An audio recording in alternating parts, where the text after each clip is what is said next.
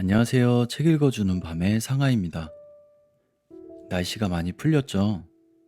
해도 길어지고, 좀 어두웠던 퇴근길이 많이 밝아져서 기분도 많이 좋아지셨으면 좋겠습니다.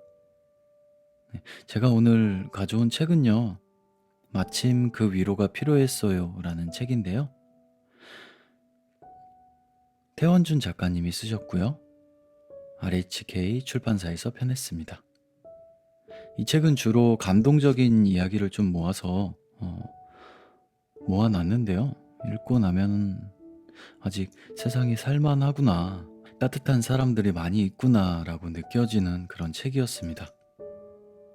그중 오늘 읽어드릴 부분은요, 퇴근길 4호선의 위로라는 사연인데요. 네, 한번 읽어보도록 하겠습니다. 퇴근길 4호선의 위로. 다음 역은 동작역입니다.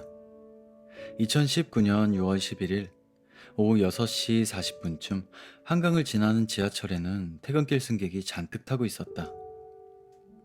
서울 지하철 4호선 사당행 열차가 이천역을 지나 동작대교를 반쯤 건넜을 때 안내방송이 흘러나왔다. 그런데 평소 듣던 녹음방송이 아닌 승무원의 육성이었다. 오늘 하루는 어떠셨나요? 힘들고 지치고 속상한 게 있었다면 열차에 모두 놓고 내리세요. 제가 다 싣고 가겠습니다. 남은 하루는 행복하고 행운이 가득하면 좋겠습니다. 힘겨운 일상은 시간의 흐름도 왜곡하는지 1년은 참 빨리 가는데 하루는 무척 길게만 느껴진다. 그런 하루를 보낸 이들에게 얼굴 모를 승무원의 한마디는 가볍지 않았다. 그 열차에는 성균관대에 다니는 22살 신씨가 타고 있었다. 요즘 청년의 삶이 어떤지 우리는 안다. 창밖으로 멍하니 한강을 바라보다 방송을 들은 그는 휴대전화를 꺼냈다. 서울교통공사에 오늘 너무 힘들었는데 방송 덕분에 상쾌하게 집에 간다라는 감사 문자를 보냈고, 학교 온라인 커뮤니티에 접속해서는 지하철에서 울 뻔했다라고 글을 남겼다. 댓글이 여럿 달렸는데 신씨와 같은 경험을 한 사람들이 적지 않았다. 나도 그 방송을 들은 적이 있다. 저녁에 그분 열차를 타면 하루가 편안하게 마무리된다 라는 이야기가 이어졌다.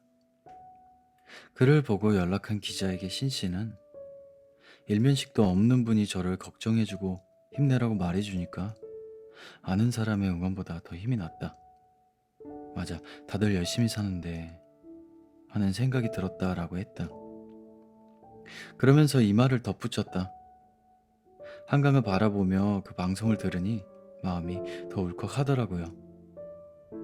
4호선 지하철이 서울 도심 아래에서 유일하게 땅 위로 나오는 때가 한강을 건널 때다.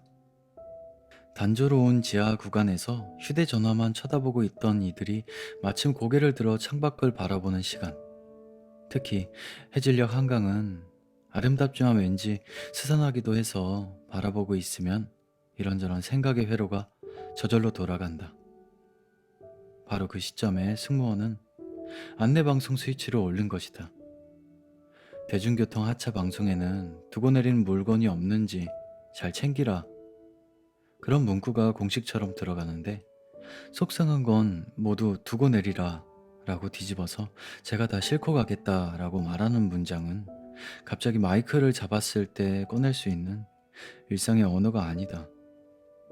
하루 중 언제 방송을 해야 할지, 어디서 스위치를 올려야 할지, 마이크에 대고 어떤 말을 해야 할지 승무원은 많은 시간을 들여 깊이 고민했을 게 분명했다.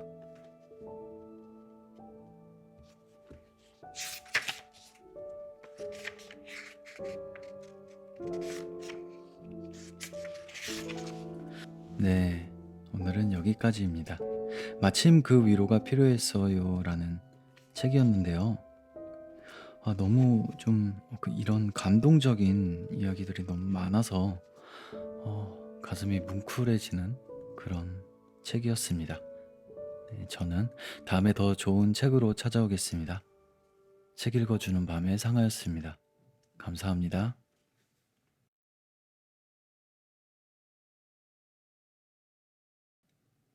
퇴근길 4호선의 위로. 다음 역은 동작역입니다.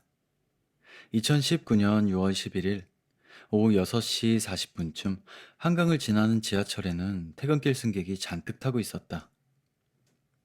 서울 지하철 4호선 사당행 열차가 이천역을 지나 동작대교를 반쯤 건넜을 때 안내방송이 흘러나왔다.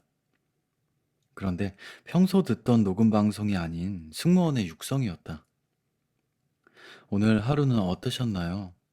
힘들고 지치고 속상한 게 있었다면 열차에 모두 놓고 내리세요. 제가 다 싣고 가겠습니다. 남은 하루는 행복하고 행운이 가득하면 좋겠습니다. 힘겨운 일상은 시간의 흐름도 왜곡하는지 1년은 참 빨리 가는데 하루는 무척 길게만 느껴진다. 그런 하루를 보낸 이들에게 얼굴 모를 승무원의 한마디는 가볍지 않았다. 그 열차에는 성균관대에 다니는 22살 신씨가 타고 있었다. 요즘 청년의 삶이 어떤지 우리는 안다. 창밖으로 멍하니 한강을 바라보다 방송을 들은 그는 휴대전화를 꺼냈다.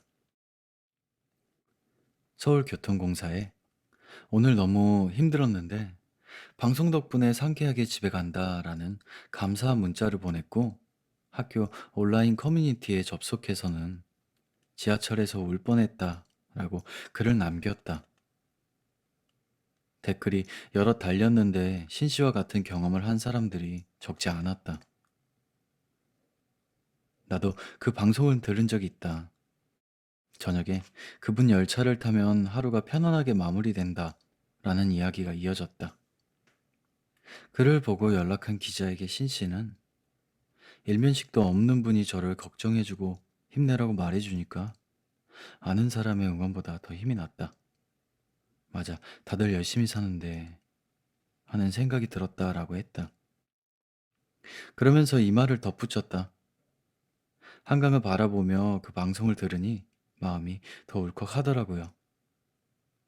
4호선 지하철이 서울 도심 아래에서 유일하게 땅 위로 나오는 때가 한강을 건널 때다.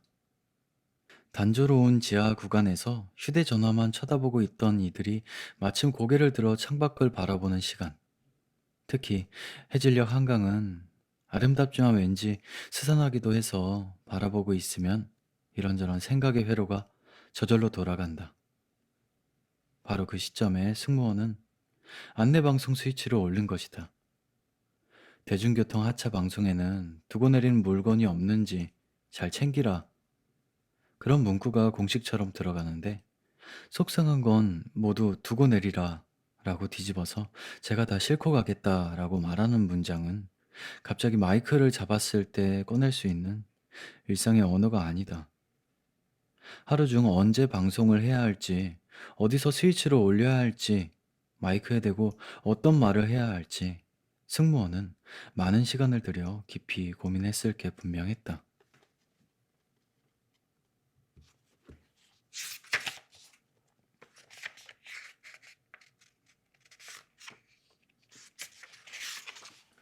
네, 오늘은 여기까지입니다. 마침 그 위로가 필요했어요 라는 책이었는데요. 너무 좀 이런 감동적인 이야기들이 너무 많아서 가슴이 뭉클해지는 그런 책이었습니다. 네, 저는 다음에 더 좋은 책으로 찾아오겠습니다. 책 읽어주는 밤의 상하였습니다. 감사합니다.